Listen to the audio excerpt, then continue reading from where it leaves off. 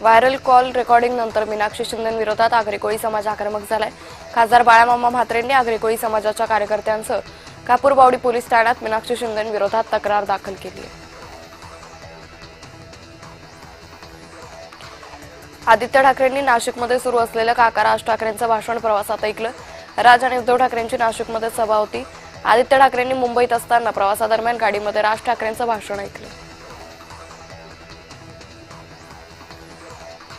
अकोल्यातील या चहा टपरीवरील फलकाची शहरात जोरदार चर्चा आहे। चहा घेताना कोणतीही राजकीय चर्चा आणि वाद न घालण्याची सूचना चहा टपरीवाल्यांनी फलकावर लिहिली आहे।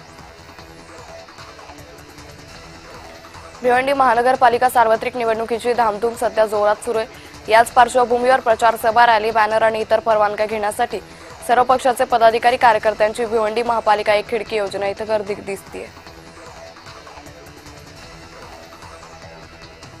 जेएनपी पर्यंत विकसित केलेली मालवाहतूक मार्गिका एप्रिलपासून संपूर्ण क्षमतेने सुरू होईल। यामुळे जेएनपीए बंदरातून दादरसह देशातील विविध भागांपर्यंत जलद मालवाहतूक शक्य होणार आहे। ठाण्यातील घोडबंदर गायमुख घाटात भीषण अपघात झाला। या अपघातात 4 ते 5 गाड्यांचं मोठं नुकसान झालंय। गायमुख घाटात विरुद्ध दिशेने गाडी जात असताना हा अपघात झाला।